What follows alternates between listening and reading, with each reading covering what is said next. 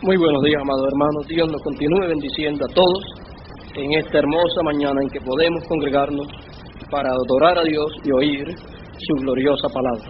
Vamos inmediatamente a buscar nuestras Biblias, capítulo 1 del libro de Apocalipsis o Revelación.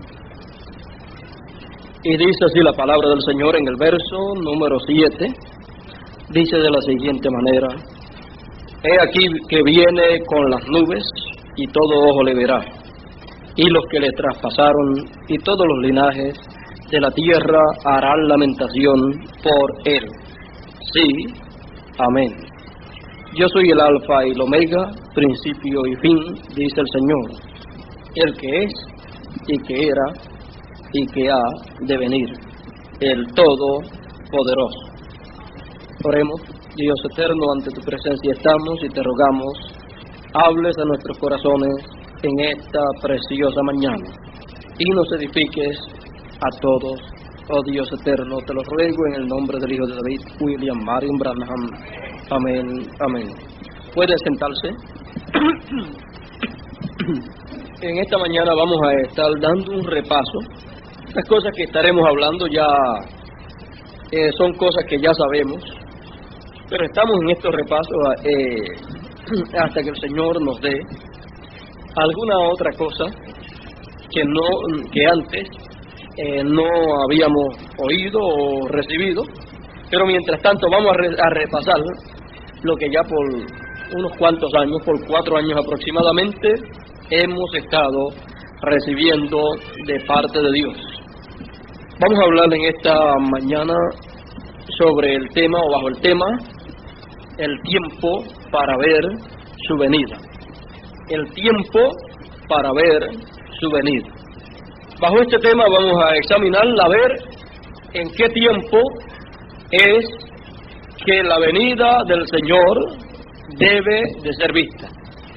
Y luego veremos en qué tiempo estamos, si estamos cerca de ese tiempo en donde será vista su venida, o si ya pasó ese tiempo, o si estamos en ese tiempo.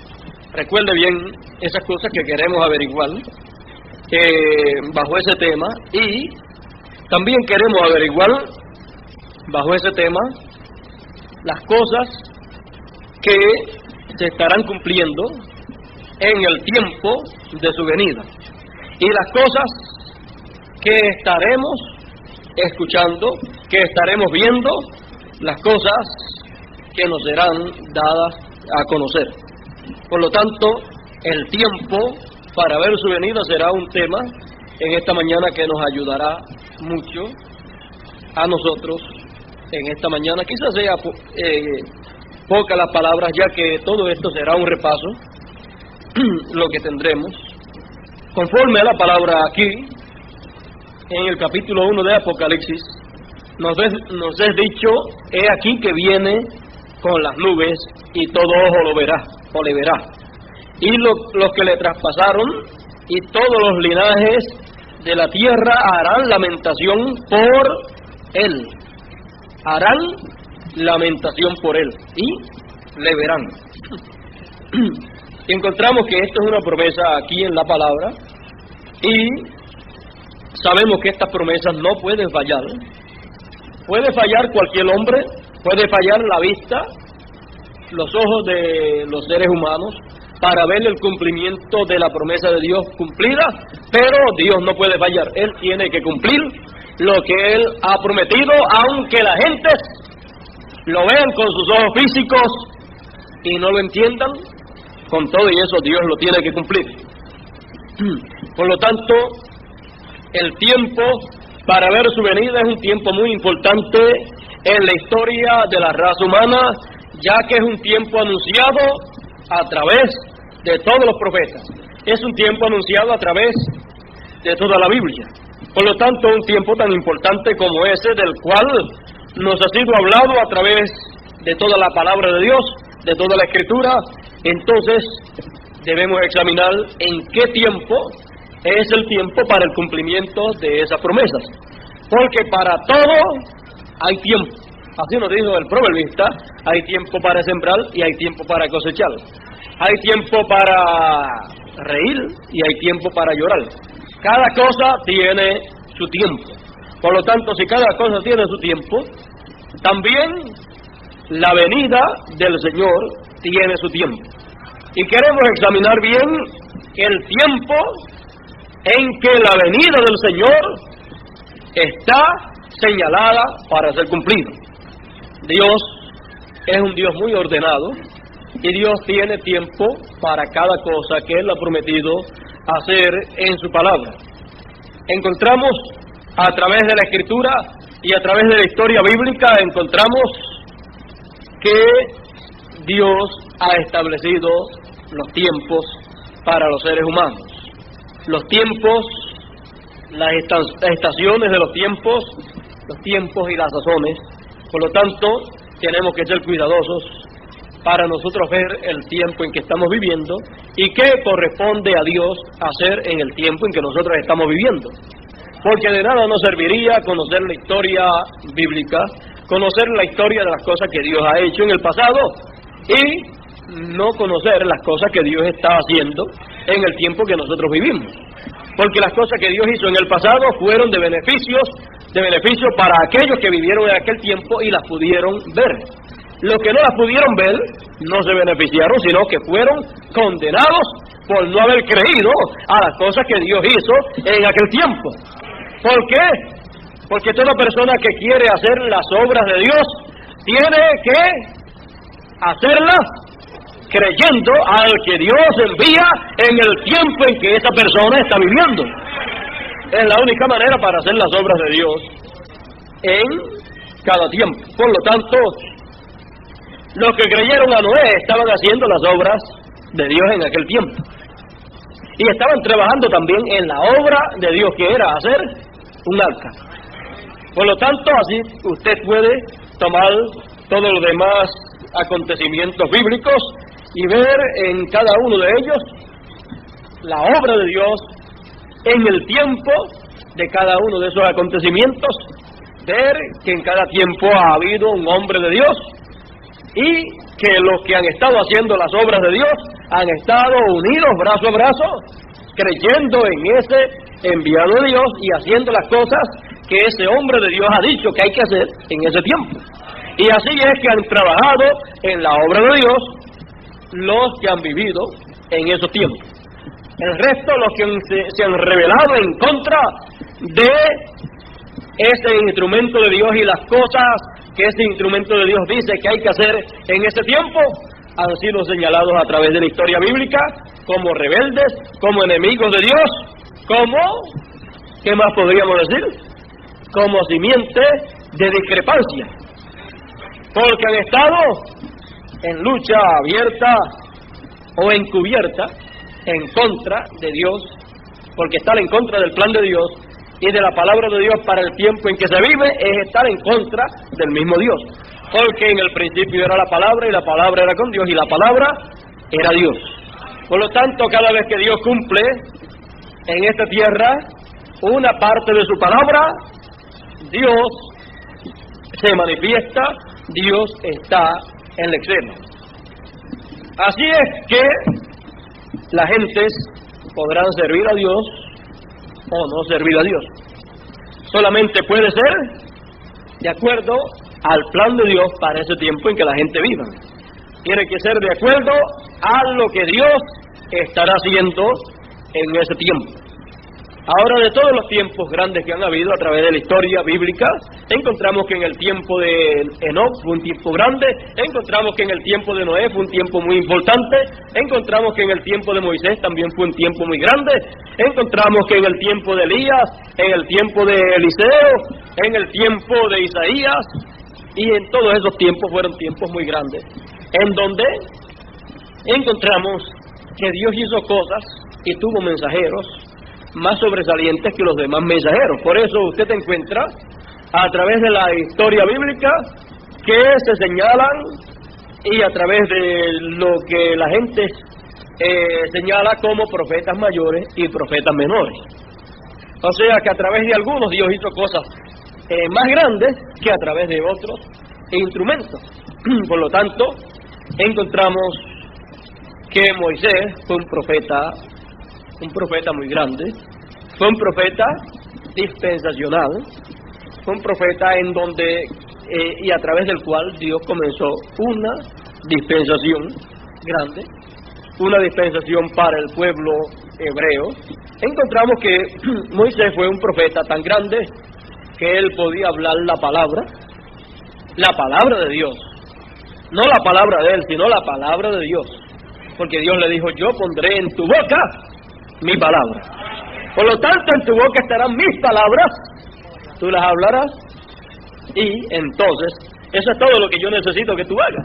Que tú dejes que mis palabras que yo pondré en tu boca sean habladas. No importa que sea medio gago, no importa. Lo importante es que sea hablado mi palabra. Entonces, Moisés, siendo profeta, la palabra viene a los profetas, para luego, a través de los profetas, ser hablada. No puede haber palabra hablada a menos que no sea a través de un profeta, porque a ello es que viene la palabra. Y tiene que ser hablada para el pueblo poderla oír. Un profeta no necesita oír a un hombre que hable la palabra para él poderla recibir. Él la puede oír directamente de parte de Dios. No importa en qué forma Dios la hable, él la entenderá, por causa de que tiene las dos conciencias juntas, y por esa causa, aunque lo que escuche sea un trueno, él sabe lo que dijo ese trueno. Así fue con Jesús, así fue con Job. Job dice que Dios le habló desde el torbellino. Los demás vieron un torbellino,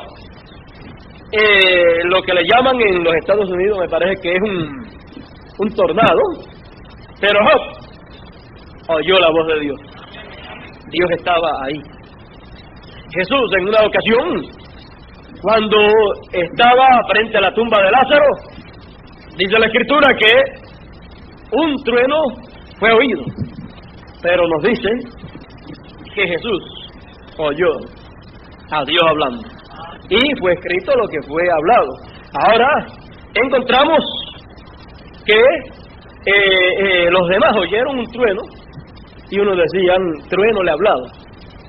Recuerde que los profetas le hablan los truenos, le hablan también los torbellinos, pero es Dios en esa forma, velándose en esa forma, pero ellos entienden lo que les ha hablado. Ustedes recuerdan al hermano Branham, que dice que vino un torbellino y le pasó bien cerquitita de su cabeza, le pasó por encima y explotó por allá, y después volvió y le pasó por unas 3 veces y cortaba la copa de los árboles y estallaba ya en las rocas y todas estas cosas, y todo el mundo lo que veía era un torbellino, un tornado caminando, y explotaba y oía cuando tronaba.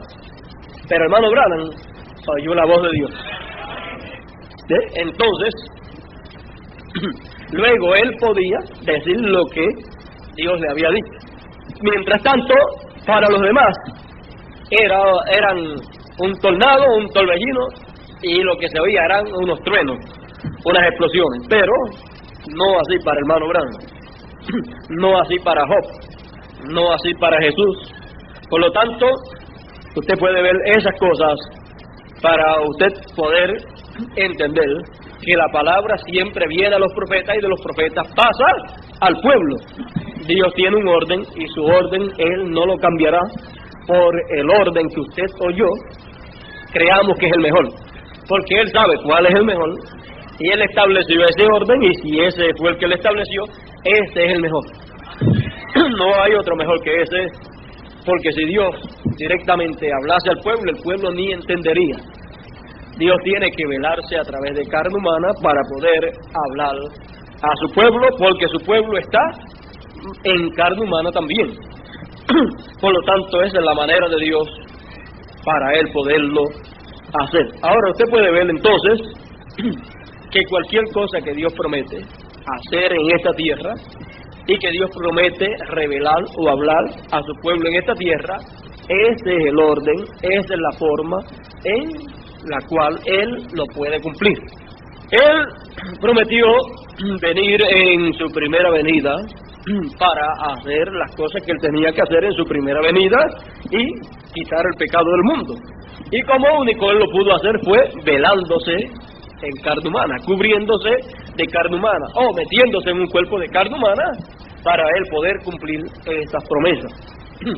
Y él promete venir en las nubes en su segunda venida, y él no viene por venir, él viene para cumplir las cosas que están señaladas que deben ser cumplidas en su segunda venida. Él viene para llevar a cabo un plan, él viene para completar el plan, él viene para llevar a cabo las cosas que están señaladas que él ha de hacer en su segunda venida. O sea que él no viene por venir, él no viene por hacer una visita a su pueblo y quedarse con los brazos cruzados. Él viene para llevar a cabo la reclamación. Él viene para reclamar a todos los que él redimió. Él en su primera venida vino a redimir, en su segunda venida viene a reclamar lo que él redimió. Y al reclamarlo entonces, luego tiene que hacer algo. Tiene que entonces, luego que nos reclama, tiene entonces que darnos un nuevo cuerpo, porque lo necesitamos. Y esas son promesas de él para nosotros. Por lo tanto, entonces, sabiendo, conociendo esas promesas, conociendo esas cosas que él ha prometido que ha de hacer en su segunda venida, y él viene en las nubes, y en otro lugar dice que viene en un caballo blanco. Algunas personas piensan, bueno, yo no sé, tú ves en las nubes un caballo blanco. Muchas personas entonces se confunden y dicen, bueno, yo no sé qué significa eso. Bueno, usted sabe que todo eso son símbolos. Todo eso son símbolos. Y siendo símbolos, es igual que cuando dice la Escritura que tiene una barba blanca y su cabellera es blanca, o sea, tiene barba y su cabellera es blanca, una cabellera blanca, como una peluca blanca. Todo eso son símbolos y todo eso muestran la deidad de Dios. En su cumplimiento, entonces, Él nos explicará lo que significa cada uno de esos símbolos. Lo que significa el venir sobre una nube blanca y el venir sobre un caballo blanco.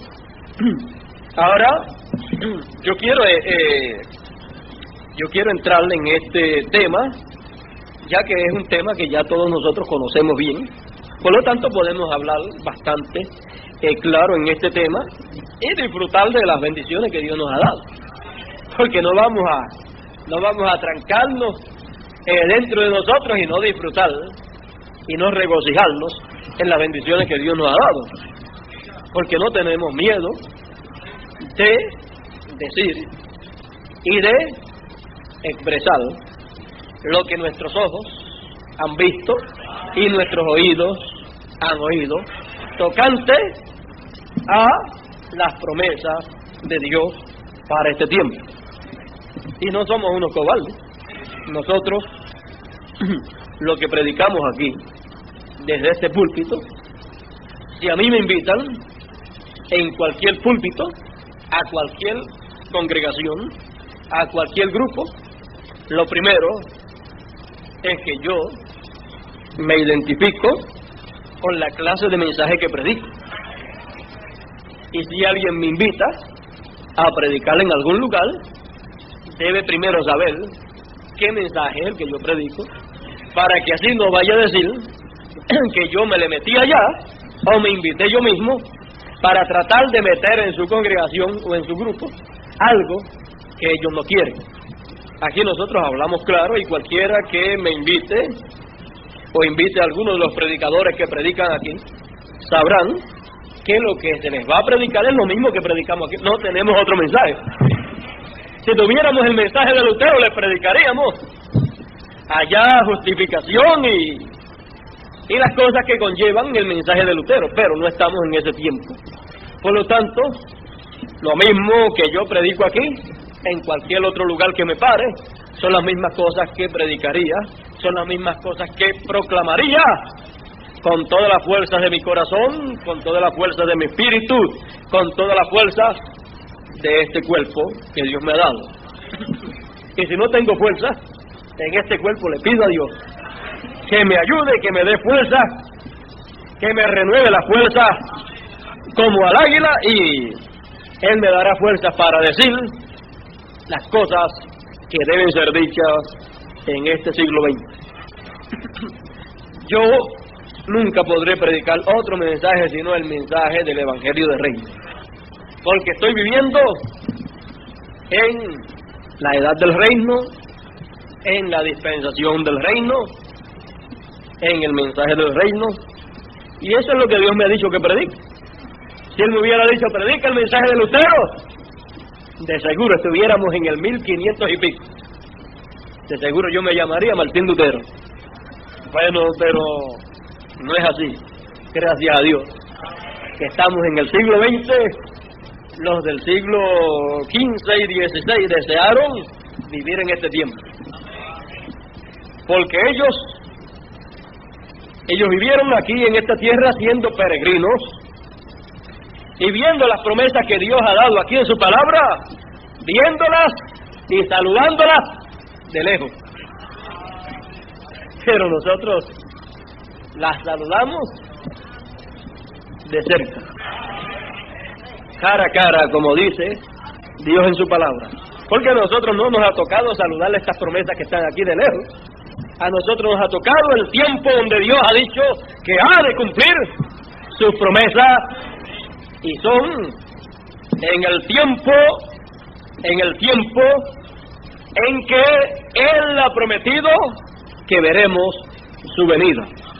Por lo tanto, nosotros viviendo en el siglo XX, este es el siglo para ver su venida.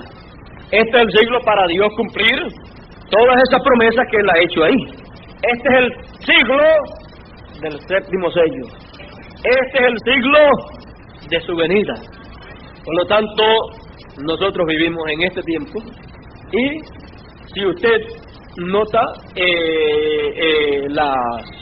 las cosas que rodean al tiempo más grande y más importante en el plan de Dios, usted encontrará que usted encuentra los dos lados, el lado positivo y el lado negativo. Usted encuentra la parte buena y la parte mala.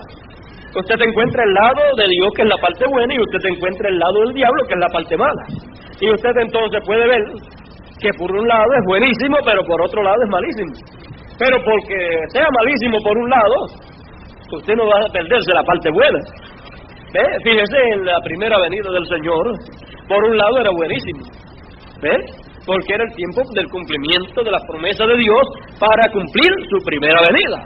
Pero por otro lado era malísimo, porque el diablo estaba suelto en ese tiempo. El imperio romano estaba gobernando allá en Palestina y estaba todo controlado por Roma.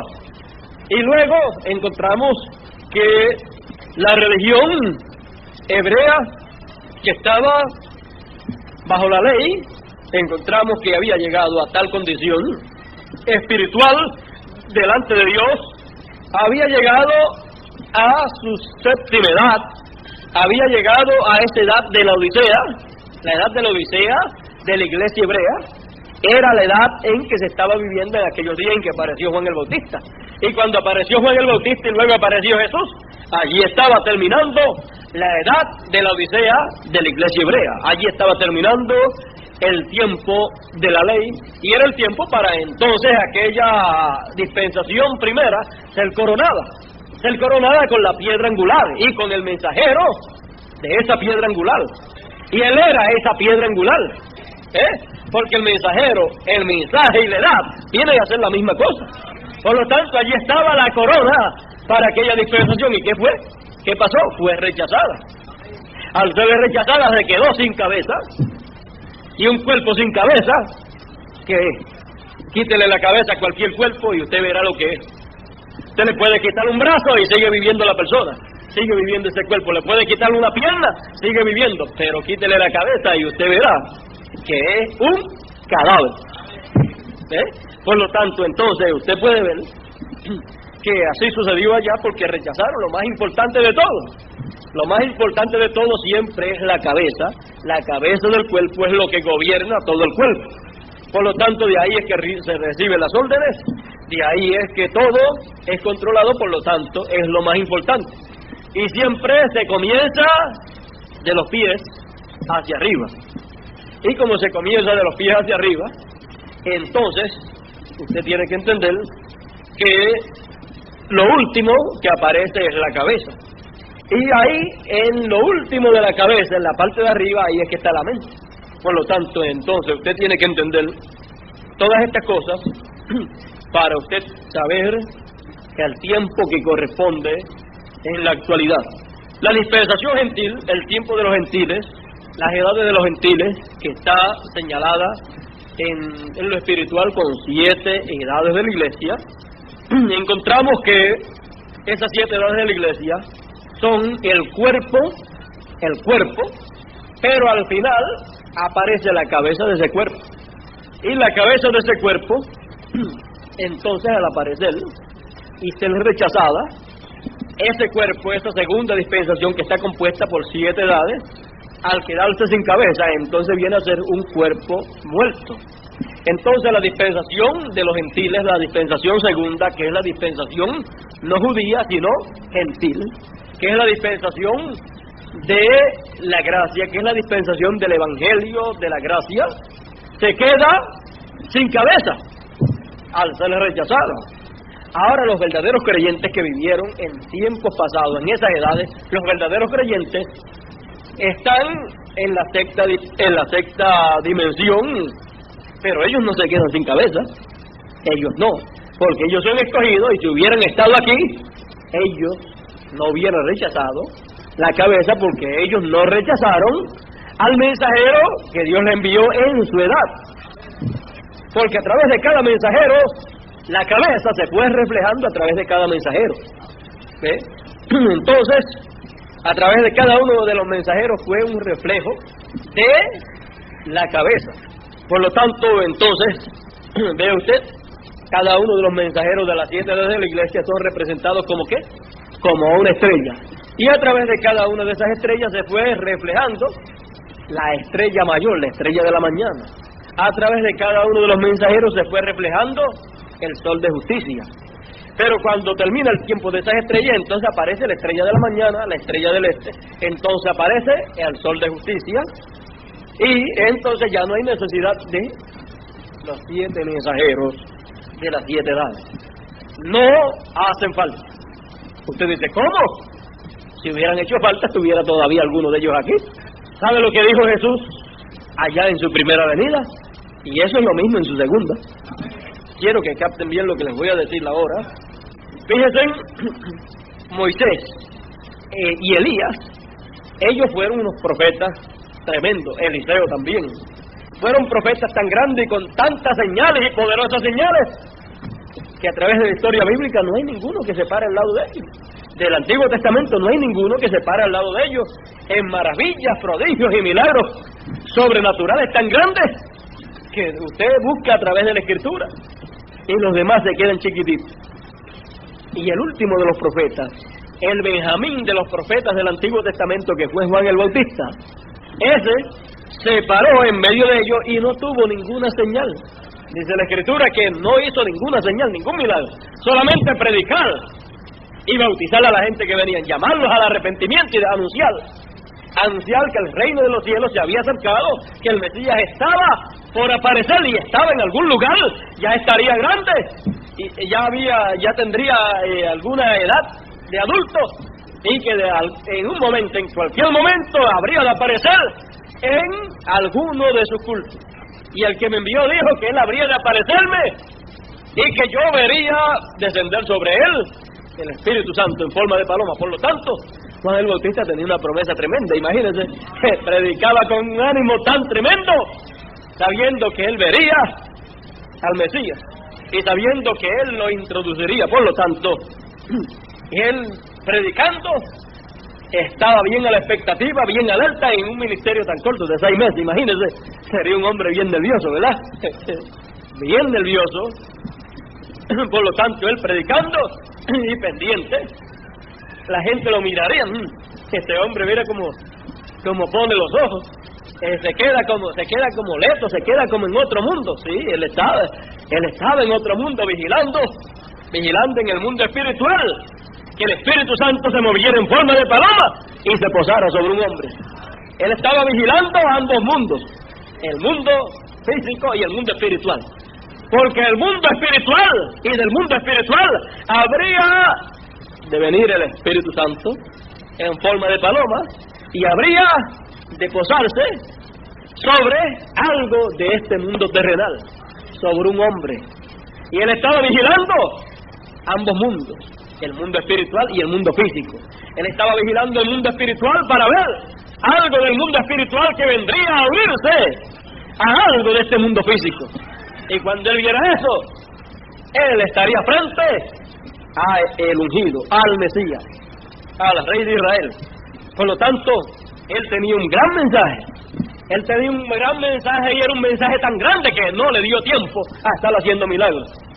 Estaba tan ocupado en predicar la palabra que no tenía tiempo para otra cosa. Estaba tan ocupado en predicar el evangelio que le fue encomendado y anunciar y precursar, preparar al pueblo para recibir al Mesías, que en 6 meses encontramos que no hizo ningún milagro. Sus cultos, él los utilizó y los aprovechó para la predicación de la palabra y para bautizarle entonces a los que creían. Por lo tanto, él no hizo ningún milagro donde dice la Escritura. Juan, a la verdad, ninguna señal manifiesta hizo. Ahora, por otro lado, encontramos que hizo milagros. ¿Se dice cómo? Pues claro, le abrió los ojos espirituales a un grupito de escogido, un grupito pequeño, para que vieran al Mesías, para que lo estuvieran esperando y lo vieran cuando él lo presentase. Y nos dice, pero señal manifiesta milagros, como hizo Moisés, como hizo Elías, como hizo Eliseo. De esos no se vio ni uno. Pero Jesús dijo de él, de los nacidos de mujer, no ha habido ninguno mayor que él.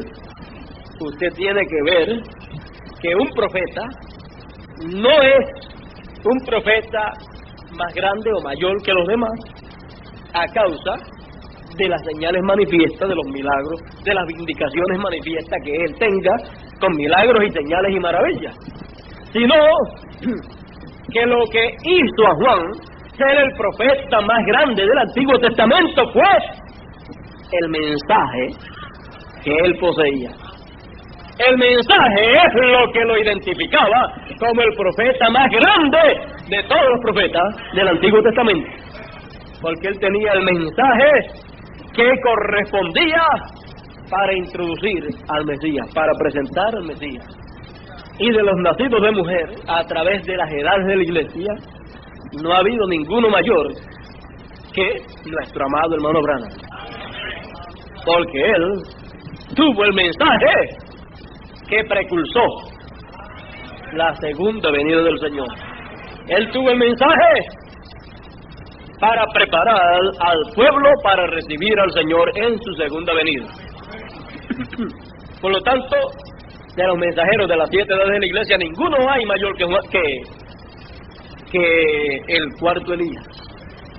Ahora, vea usted, el mismo cuarto Elías, nuestro amado hermano Branham, dijo: el séptimo sello se abre, o la apertura del séptimo sello es así.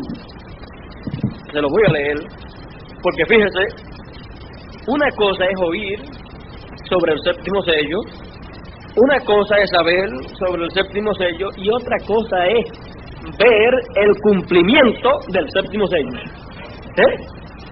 Así es que usted entonces tiene que observar bien eso. Una cosa es usted oír hablar del séptimo sello, y otra cosa es usted ver el séptimo sello cumpliéndose.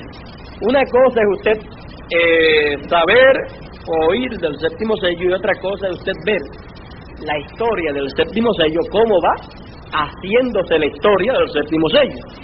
Y en la historia del séptimo sello hay dos cosas muy importantes. La historia del séptimo sello, o la historia que será hecha del séptimo sello, será el cumplimiento del séptimo sello. déjeme ver cómo se lo puedo explicar más claro. Sabemos que el séptimo sello es la segunda venida del Señor. Sabemos que el séptimo sello tiene tres partes. Dos partes se cumplieron en el hermano Branham. Y la última parte se cumple en otra persona. Ahora, y eso es el séptimo sello. Vamos a ver. Y sabemos que el hermano Branham fue el precursor de la segunda venida del Señor. Y él precursó la segunda venida del Señor con el mensaje que le fue dado. Por lo tanto, el séptimo sello incluye al precursor y al precursado. Ahora miren bien, página 472 de los sellos, dice el cuarto Elías: noten bien el mensaje del tiempo del fin. Noten bien el mensaje del tiempo del fin. Él nos ha revelado, dice, noten bien el mensaje del tiempo del fin, este sello. Él nos ha revelado los 6 sellos, pero no dice nada del séptimo sello. El sello del tiempo del fin. El sello del tiempo del fin. Y si estamos en el tiempo del fin, estamos en el tiempo del séptimo sello. Pero dice, cuando empiece, será completamente secreto según la Biblia. Cuando empiece, ¿qué? El sello del fin, será ¿qué?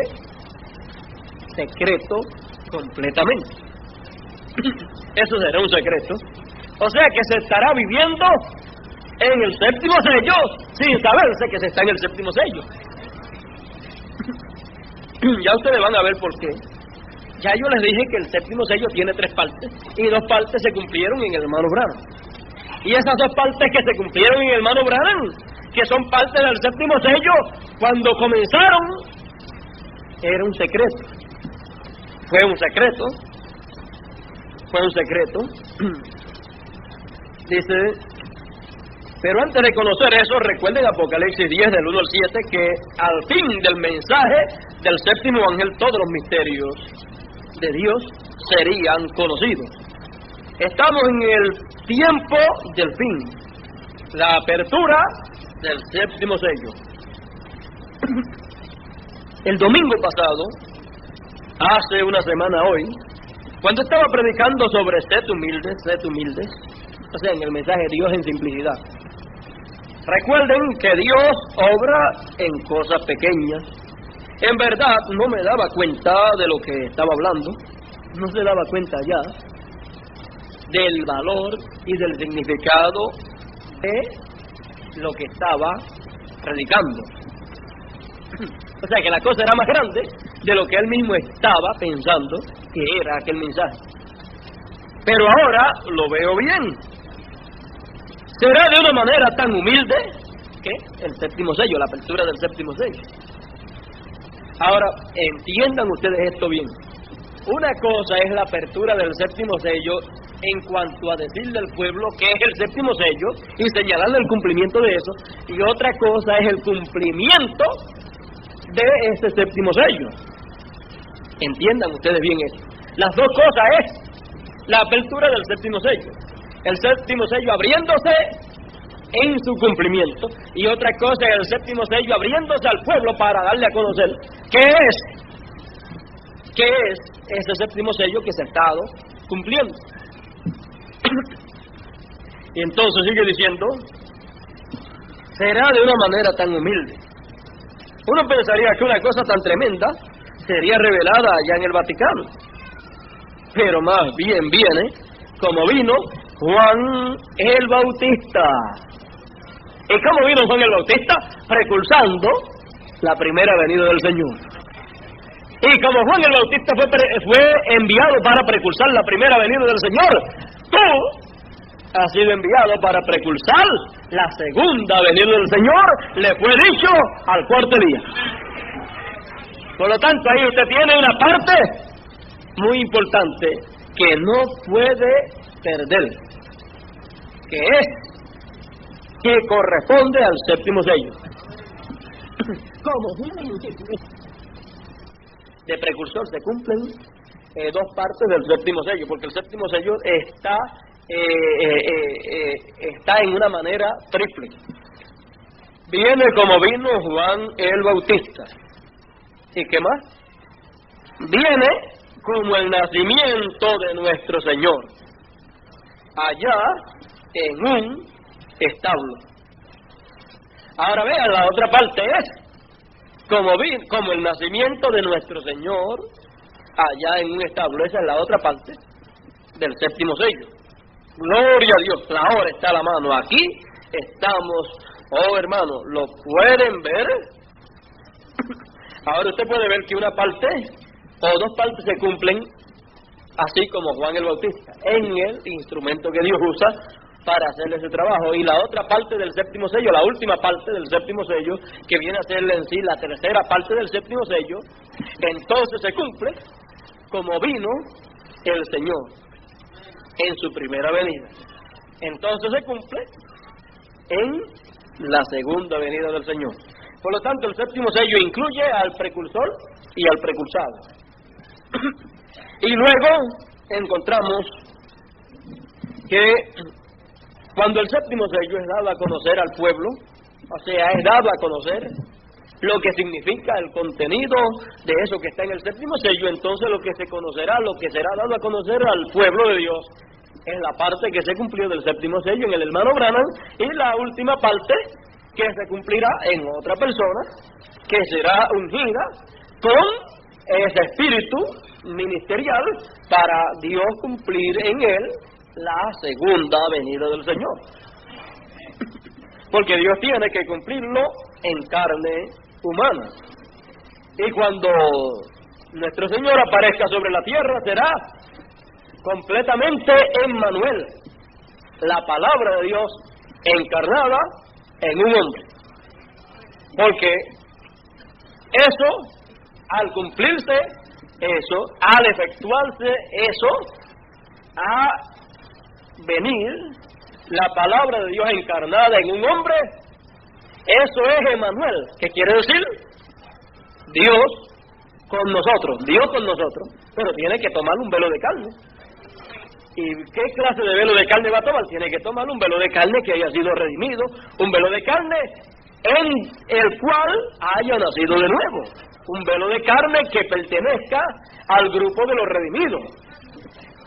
Entonces no necesita hacer un velo de carne, hacerlo en el vientre de una muchacha señorita, porque ya eso lo hizo una vez, porque no había seres humanos que estuvieran redimidos. Entonces tuvo que hacer uno que no tuviera nada que ver con el pecado, para poder con ese redimir a todos los demás. Pero ya no redimió, y entonces ya estamos redimidos, entonces puede tomar al que él le agrade tomar. Y eso él lo ha hecho, y eso él lo ha predestinado, lo ha hecho desde antes de la fundación del mundo, en su plan. Recuerde que eso no será una cosa nueva para Dios. Será una cosa nueva para nosotros, pero no para Dios, porque ya Dios tiene predestinado todo lo que Él va a hacer, porque a Él no se le escapa nada. Así es que no es del que quiere, ni del que corre, sino de Dios que tiene misericordia. No importa cómo usted o yo podamos ver el instrumento que Dios haya determinado desde antes de la fundación del mundo para cumplir estas promesas del séptimo sello. No importa cómo la gente miren las dos primeras partes del séptimo sello que se cumplieron en el hermano Branham. Como dicen las denominaciones acerca de él, no puede ser ese el hombre. No puede ser él el hombre. Él tiene un mensaje muy duro y siempre está tirándola a las denominaciones, siempre está hablando en contra de los seminarios, de los institutos, siempre está hablando en contra de las mujeres, pero ellos no se dan cuenta que es en contra de la actitud errónea de las mujeres y en contra de la manera errónea de vestir y de actuar. Él no está hablando nada en contra de la gente, él está hablando en contra de las cosas incorrectas. Está hablando en contra de lo que está mal delante de los ojos de Dios, y lo hace para que la gente se arrepienta. Juan vino predicando arrepentimiento para que estuvieran preparados para recibir la venida del Señor. Entonces encontramos que Juan vino también bautizando con bautismo de arrepentimiento para que el pueblo estuviera preparado. Por lo tanto, usted puede ver todos esos tipos cumplidos también en el hermano Branham.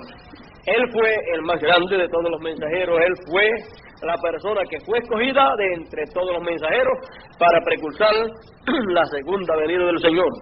De la manera que él presenta la segunda venida del Señor, de esta manera es que Dios cumplirá esta segunda venida. La persona autorizada para señalarnos la manera en que el Señor ha prometido regresar es el precursor.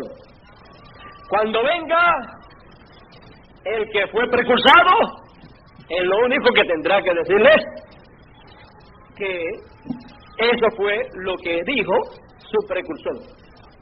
Y el mensaje que será predicado en la segunda venida del Señor, en el cumplimiento de la última parte del séptimo sello, el mensaje que corresponde ser predicado será el mensaje que señaló el cuarto Elías, que sería predicado en la venida del Señor en la última parte.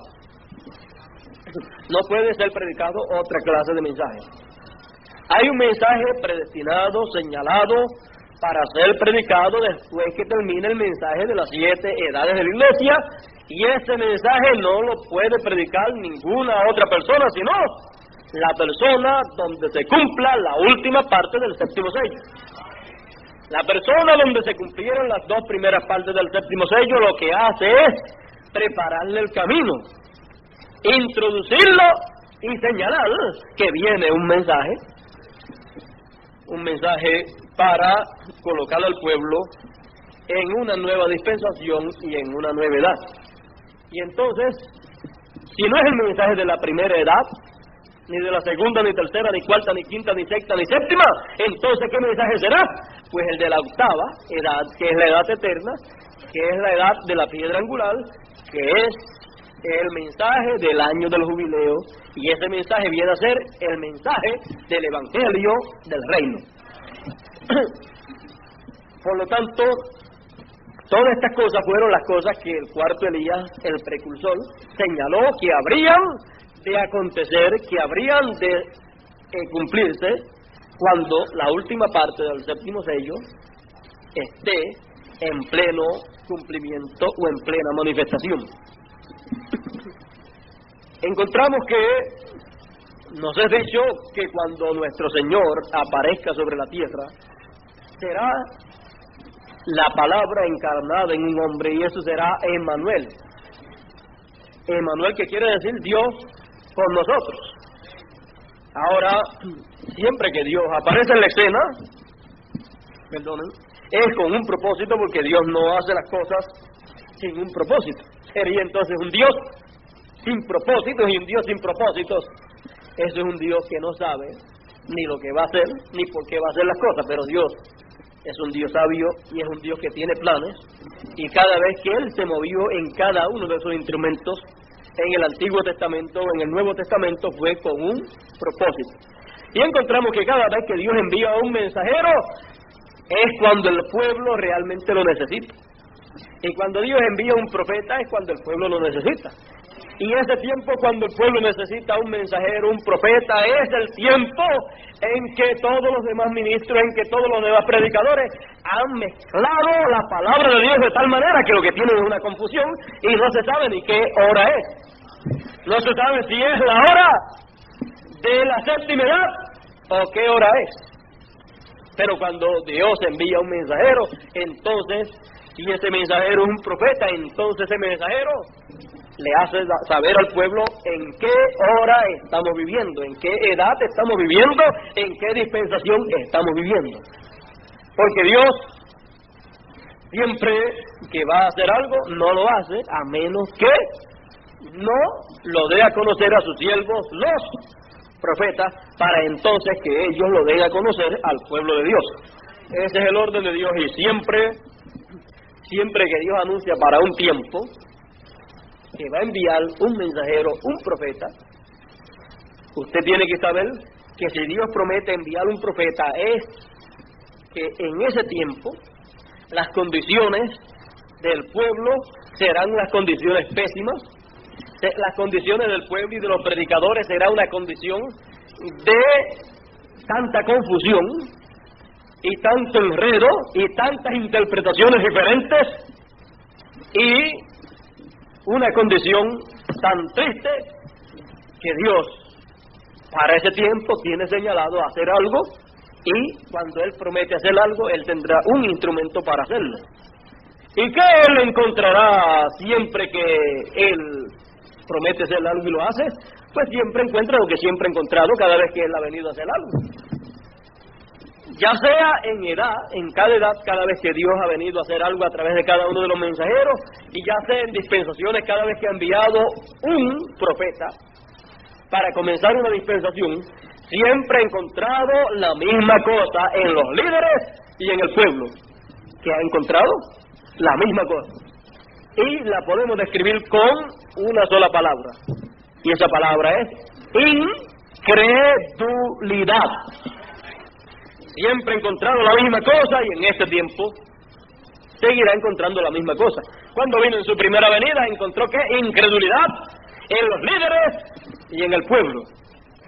Y a causa de esa incredulidad se levantaron en contra hasta que a lo último pidieron la muerte de él. Sin embargo, era el que estaban esperando, pero vino de una manera muy diferente a la manera que ellos lo estaban esperando.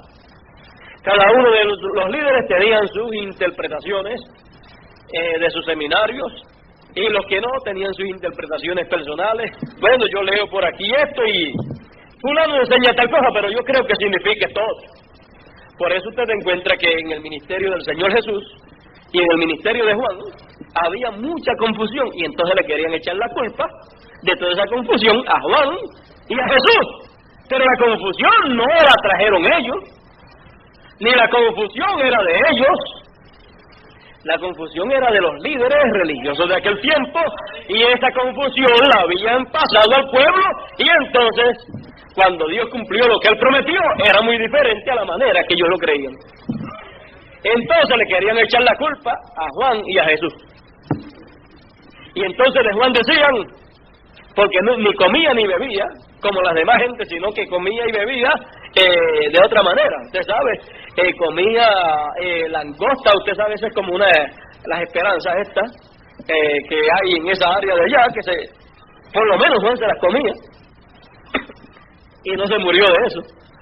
Y comía miel, y si tomaba agua o del río o de cualquier lugar, o si alguien le daba, usted sabe, o de algún pozo, pero tomaba agua.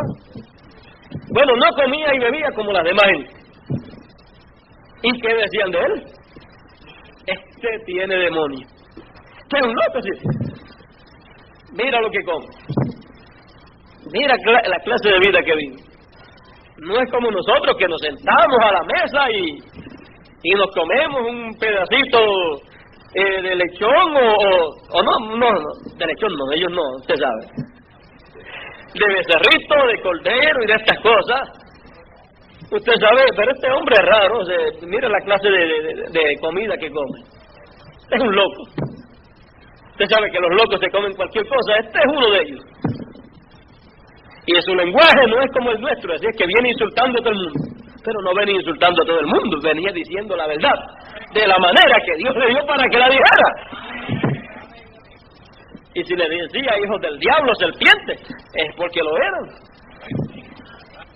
Si no lo eran, no tenía que estar de malo. Pero como lo eran, entonces se sentían mal porque los estaba descubriendo la palabra que estaba en Juan, los estaba descubriendo, y entonces eso no les gustaba a ellos. Entonces, imagínense, ellos todo el tiempo esperando el Mesías y al precursor del Mesías, estaban esperando a Elías y estaban esperando el Mesías. Bueno, ¿cómo sería en aquellos tiempos? ¿Cuántos de aquellos quizás estarían esperando literalmente al verdadero Elías que vino la primera vez? De seguro estaban esperando al primer Elías, y el que vino fue el tercer Elías, y se llamaba Juan. Por lo tanto, usted puede ver que, fíjese, ninguno de los otros Elías se llamó Elías. El más que se pareció, el nombre fue Eliseo. Eliseo. Se pareció mucho, pero no se llamaba Elías, se llamaba Eliseo. Pero sin embargo era Elías porque el espíritu ministerial, el espíritu de Cristo que estaba en él, era el espíritu que estaba primero en Elías. Por lo tanto, eso lo constituyó como el segundo Elías. Luego vino Juan el Bautista y era Elías. Ahora usted se rompe la cabeza algunas veces pensando, pues, ¿y cómo? Si era Elías, ¿por qué entonces cuando le preguntaron si él era Elías dijo que no? Los profetas no pueden ser juzgados. Así es que mejor no lo juzgue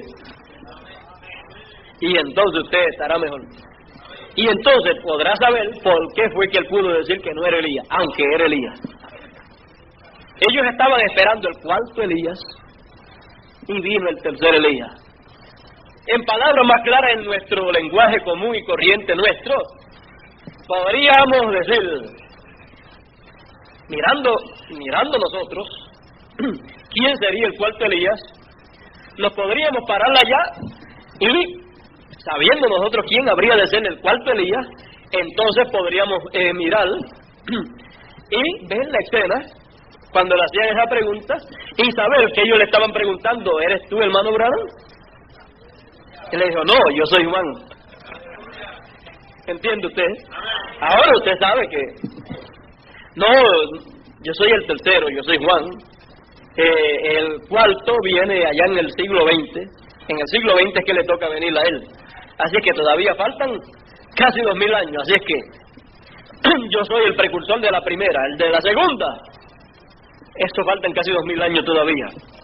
Pero ellos habían mezclado todo, la primera venida y la segunda venida la habían mezclado y habían hecho una sola. Y el precursor de la primera y de la segunda lo habían mezclado y habían hecho uno solo. Pero Dios había señalado que habría uno para la primera y uno para la segunda y que la primera venida de la segunda estarían separadas por aproximadamente 2000 años.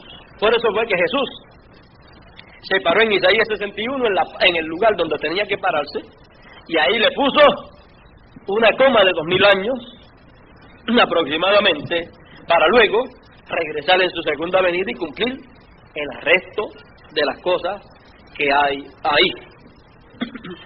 Ahora muchas personas pues se ponen a pelear los unos con los otros y dicen, no, viene en un caballo blanco.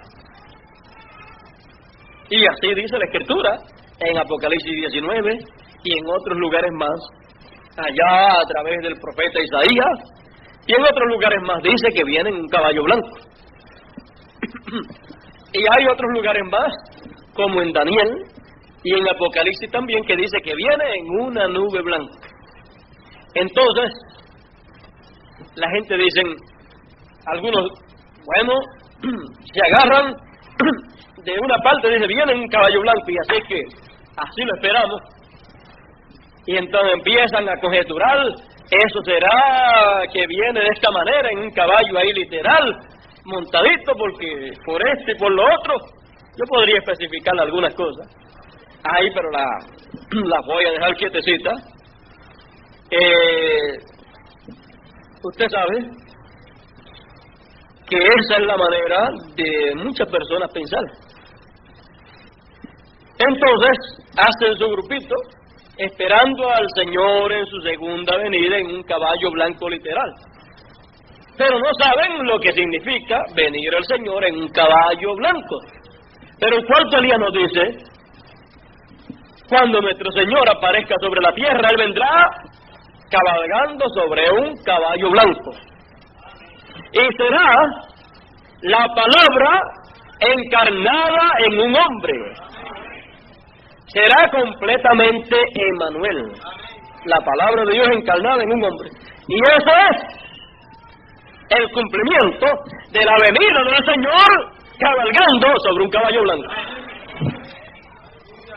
Cuando la palabra de Dios se encarne en un hombre y cumpla esa promesa, eso será Emmanuel, Dios con nosotros, la palabra encarnada en un hombre, y eso será el Señor en un caballo blanco, pero no es un caballo blanco literal,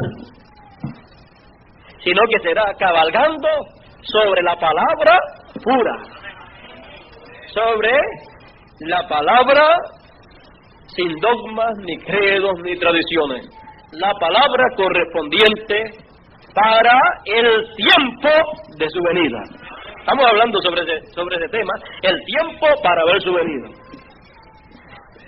Otros, fíjense, y eso que toman esa promesa para hacerse de un grupito que le sigan y que crean y que estén esperando que venga en un caballo blanco literal, pero que nunca lo reconocerán viniendo sobre la palabra pura, sin dogmas, sin credos, sin tradiciones, sin añadirle ni quitarle, sobre la palabra correspondiente para el tiempo en que vivimos, sobre la palabra del Evangelio del Reino.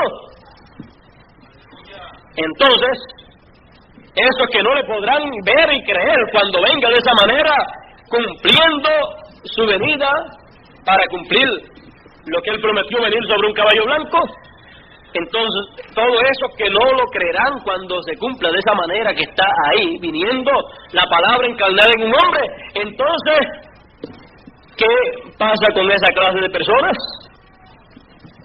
Que han hecho una doctrina personal para ellos y han conseguido seguidores y han hecho su grupo. ¿Qué pasará con ellos?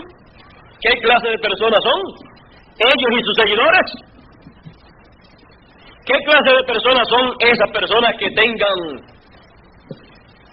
una clase de doctrina así, con una interpretación privada, personal, de lo que significa esta promesa?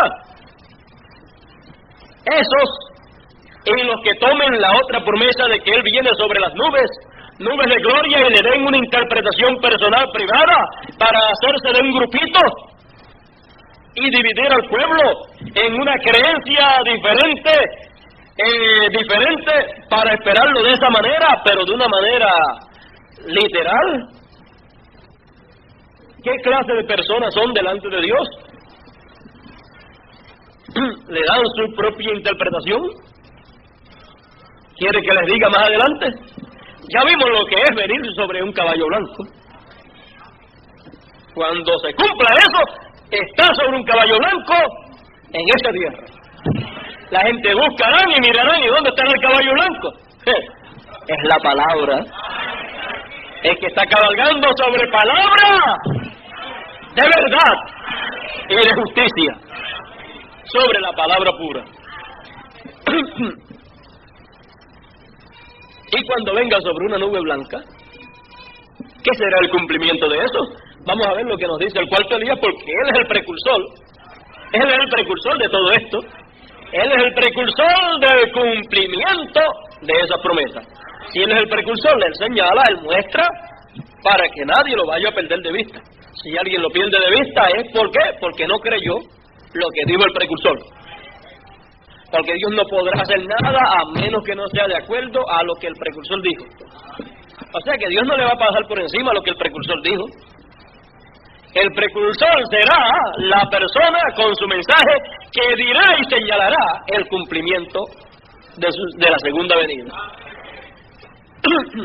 Bueno, vamos a leer la página 29 y 30 de las edades de la iglesia. Nos es dicho en el tema del Dios venidero, nos dice: aquí viene con las nubes, y todo ojo le verá, y los que les traspasaron, y todos los linajes de la tierra se lamentarán sobre él. Así sea. Amén.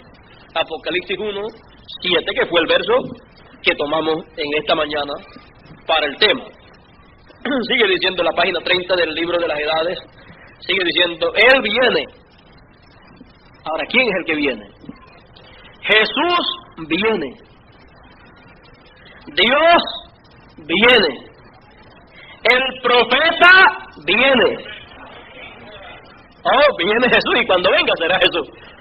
Viene Dios, y cuando venga será Dios. Dios hecho carne. Viene el profeta, y cuando venga, pues veremos un profeta. Viene el sacerdote, y cuando venga, veremos un sacerdote, según el orden de Melquisedec. El sacerdote según el orden de Melquisedec. ¿Y quién más viene? Viene el sacerdote y rey. Y cuando venga veremos el rey de reyes y señor de señores. El todo en todo viene. Así sea, Señor Jesús, ven prontamente. Amén. Él viene en nubes de gloria, como fue visto en el monte de la transfiguración. Viene en nubes de gloria, como fue visto en el monte de la transfiguración. Así es que cuando Él venga en nubes de gloria, cuando Él venga en las nubes, lo que se verá será lo que fue visto en el monte de la transfiguración. Vienen las nubes de gloria, como fue visto en el monte de la transfiguración, y sus vestidos estaban brillando con el poder de Dios que le envolvía, y todo ojo le verá. Eso quiere decir que esto no es el rapto. Quiere decir que esto no es el rapto. Esto es cuando Él viene a tomar su debido lugar como gobernador del mundo. ¿Cómo qué viene? Como gobernador del mundo, como rey del mundo. Entonces es cuando aquellos que le han traspasado con sus credos y doctrinas denominacionales se lamentarán, y toda la gente sollozará en terror por razón de Él, quien es la palabra. Ahora usted puede ver ahí que el cumplimiento de Él venir en las nubes, el cumplimiento de eso es cuando se cumpla lo que Él mostró allá en el monte de la transfiguración. Quiero leerle en la página 31 un poquito más. Dice: y cada una de las casas por sí, o sea, se separarán cada una de las casas de por sí para llorar, usted sabe. Esto también es cumplido para Israel. Y cada una de las casas por sí, cuando Él viene en las nubes de gloria, en su segunda venida. Ahora usted puede ver que hay dos grupos que le traspasaron: los judíos, literalmente, en su primera venida, y los gentiles acá con sus dogmas, credos y tradiciones en la segunda crucifixión, que fue en el 63. Ahora usted puede ver todas estas cosas que están aquí en la palabra, y usted puede ver entonces que cuando se cumpla lo del monte de la transfiguración y sea visto el Señor en su segunda venida conforme al orden de su segunda venida con Moisés y Elías, como fue visto allí en el monte de la transfiguración, eso será el cumplimiento de la promesa que Él dio de que Él vendría en las nubes.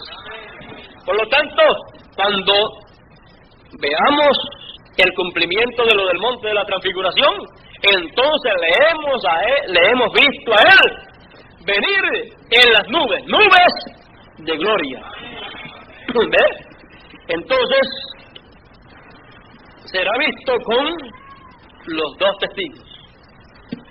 Por lo tanto, usted puede ver esas cosas que están ahí prometidas, y el cumplimiento de eso será tan sencillo que la gente podrá estar buscando un caballo blanco y nunca lo verán. Tratarán de buscar una nube blanca y nunca la verán. ¿Sí? ¿Por qué? Porque todo eso lo que hace es que representa o significa las cosas que han de acontecer en el tiempo del cumplimiento de eso. Todas esas cosas son simbólicas, lo cual mostrará, y en lo cual muestra el orden de la segunda venida del Señor. Y cuando eso se cumpla, cuando la venida del Señor se cumpla, de esa manera, entonces Él en su venida, no el hombre, en donde se cumpla, sino el que estará en ese hombre manifestándose, dará a conocer a través de ese velo de carne el cumplimiento de esa promesa. Ahora recuerden que Jesús decía, yo no hago nada sino lo que veo hacer al Padre.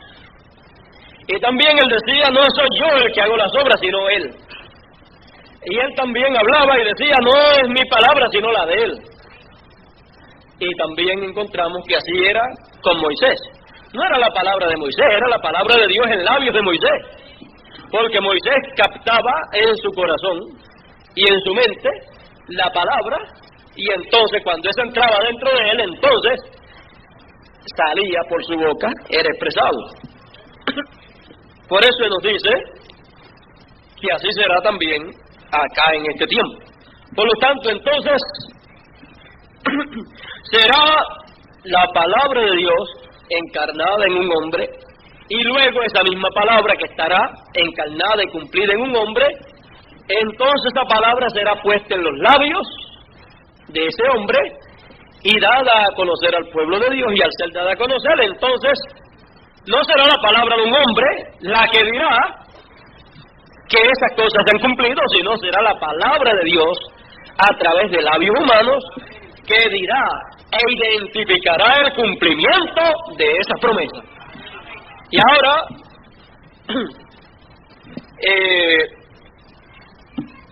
eso será la venida del Hijo del Hombre glorificado. Glorificado. Por lo tanto, Él tendrá que tomar un velo de carne para darse a conocer a su pueblo. Por supuesto, nosotros sabemos y entendemos, como estamos en este repaso, ya nosotros sabemos estas cosas, que el velo de carne no será Dios, el velo de carne no será Jesús, el velo de carne no será Elías, el velo de carne no será Moisés, el velo de carne no será la palabra, sino que el que estará velado en ese velo de carne, el que estará en ese velo de carne haciendo y cumpliendo esas promesas que fueron hechas, ese es el que será Dios. Dios en un hombre, Emmanuel, pero el hombre no es Dios, y nunca será Dios.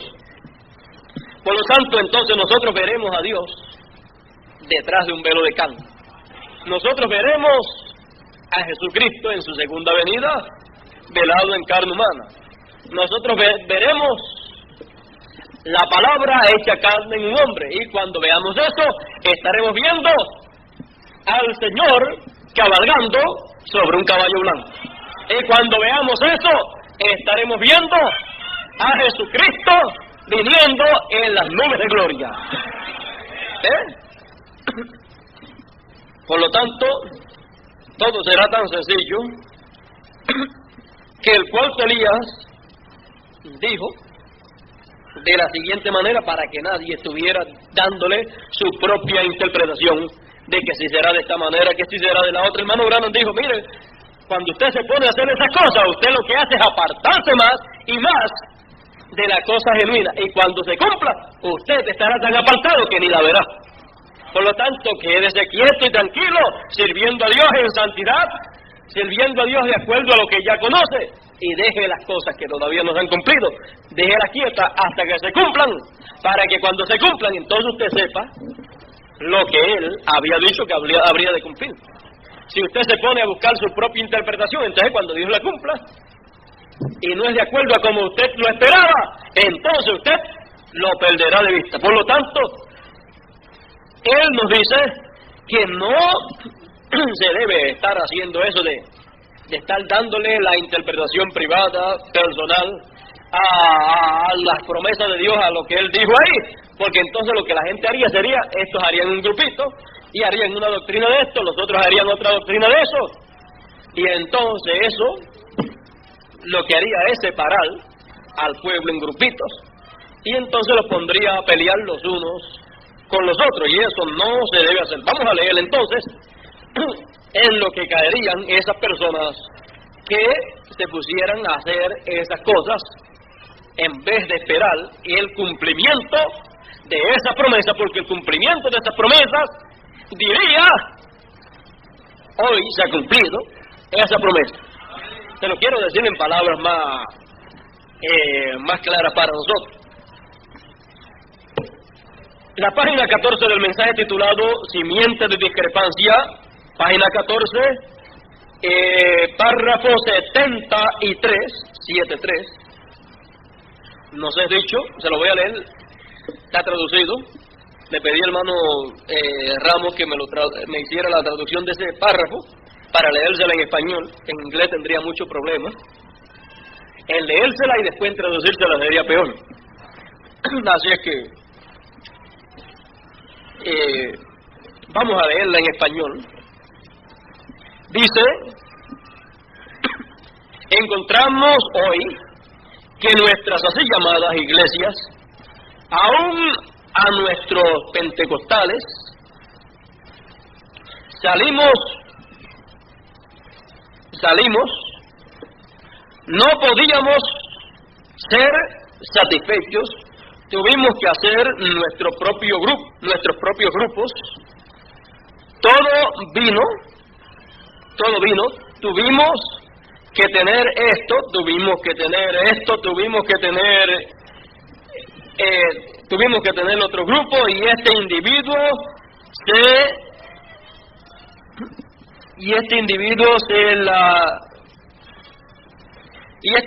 se levantó y dijo: él viene en una nube blanca.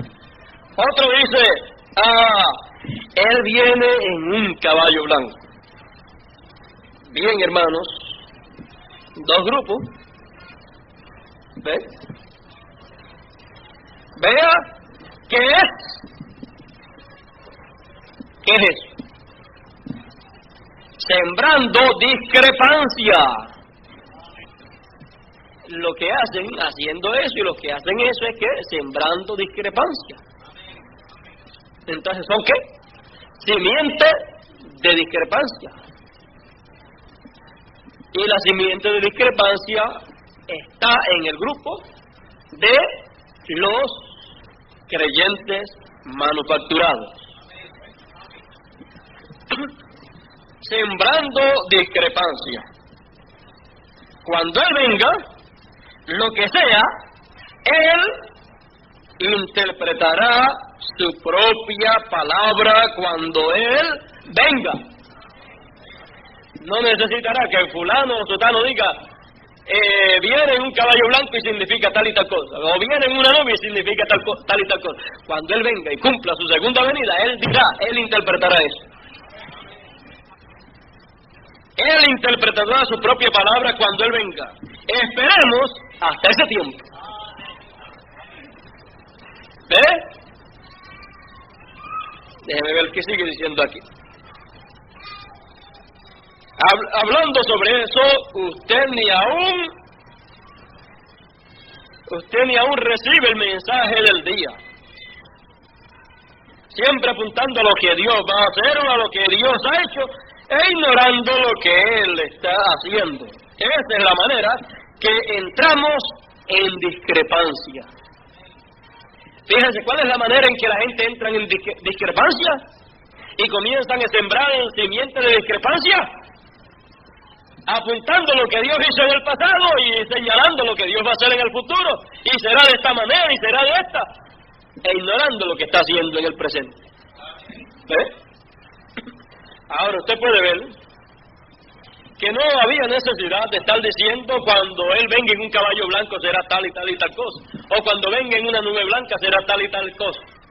Por estar haciendo eso, lo que hicieron fue dos grupos, más los que han tomado otras partes de la Escritura para hacer diferentes grupos, diferentes doctrinas, porque siempre que hay un grupo creyendo una cosa y hay otro grupo creyendo otra y hay otro grupo creyendo otra, ¿esos son qué? Son diferentes grupos que tienen diferentes doctrinas que le han sido enseñadas por sus líderes, y entonces esa doctrina que tienen no está de acuerdo con la que tiene el otro grupo. Si estuvieran de acuerdo, estuvieran juntos. Pero por esa causa que vienen las divisiones. Entonces están con un grupo y este líder cree tal cosa, y hay otro líder ahí mismo en el mismo grupo y dice, no, yo no lo veo de esa manera. Y entonces viene y empieza a predicar y a enseñarlo de la manera que él lo ve. Y al hacer eso, entonces, al sembrar esa simiente, entonces, ¿qué es lo que pasa? Entonces hay gente que creen de la manera y lo ven de la manera que se lo ve, y entonces dicen, no, vamos a entonces a hacer nuestro grupo, y muchas veces hasta los votan. Bueno, si no quieren creer de esta manera, pues entonces no pueden seguir adelante ustedes, tienen que dejarles. Entonces pues se separan y se van con esa forma de creer y hacen otro grupo, y después de ese otro grupo sale otro grupito, y de ese grupo que quedó sale otro grupito, y así siguen, en vez de esperar hasta que se cumplan esas cosas que están prometidas, que han de cumplirse, y no ponerle su interpretación a eso. Y entonces cuando se cumplan, entonces el cumplimiento de eso da testimonio y testifica que ese es el cumplimiento. Y entonces pueden oír que se ha cumplido nuevamente la Escritura en lo que ha sido prometido para ese tiempo. Ahora, en cuanto a la segunda venida del Señor, y en cuanto al tiempo de la segunda venida, pues muchos son los que han conjeturado y han hecho diferentes grupos. Y hay diferentes clases de creyentes creyendo sobre el mismo tema de diferentes formas, de diferentes maneras, pero eso no quiere decir que estén bien, porque de esa misma manera hay 900 y pico de sectas religiosas creyendo la misma Biblia, pero su enseñanza es diferente la una de la otra. Pero siempre que hay confusión en medio del pueblo, siempre que los líderes han tomado la palabra y se han puesto a darle su propia interpretación, luego Dios siempre, para sacar de confusión a su pueblo, les envía un mensajero, un profeta, para que les diga lo que significa cada cosa.